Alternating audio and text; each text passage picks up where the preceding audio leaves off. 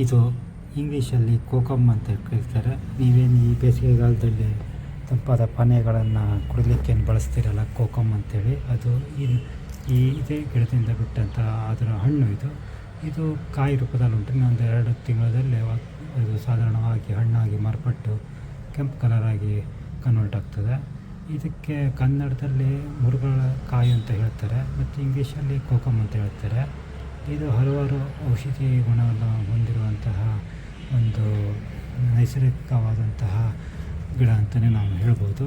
ಈ ಕೋಕೋ ಹಣ್ಣು ಮತ್ತು ಇದರಿಂದ ಒಣಸಿದ ನಂತರ ಅದೇನು ಹಣ್ಣಾಗ್ತದೆ, ಆನಂತರ ಅದನ್ನು ಒಡೆದು ಬೀಜವನ್ನು ತೆಗೆದು ಆ ಸಿಪ್ಪೆ ಎಲ್ಲ ಒಣಸಿದಾಗ ಅದು ದಿನನಿತ್ಯದ ಅಡುಗೆಗೆ ಹುಣಸೆ ಹಣ್ಣಿನ ರೂಪದಲ್ಲಿ ಹುಳಿಯಾಗಿ ಬಳಸ್ತಾರೆ. ಕೆಲವೊಂದು ಪಾನೀಯಕ್ಕೆ ಬಳಸ್ತಾರೆ ಮತ್ತು ಸಾಫ್ಟ್ ಡ್ರಿಂಕಿಗೆ ಅತಿ ಹೆಚ್ಚಾಗಿ ಬಳಸ್ತಾರೆ. ಇದು ಆಯುರ್ವೇದದಲ್ಲೂ ಕೂಡ ಇದು ಅತ್ಯುತ್ತಮ ಔಷಧಿ ಗುಣವನ್ನು ಹೊಂದಿರುವಂಥ ಹಣ್ಣಾಗಿ ಮಾರ್ಪಟ್ಟಿರುತ್ತೆ.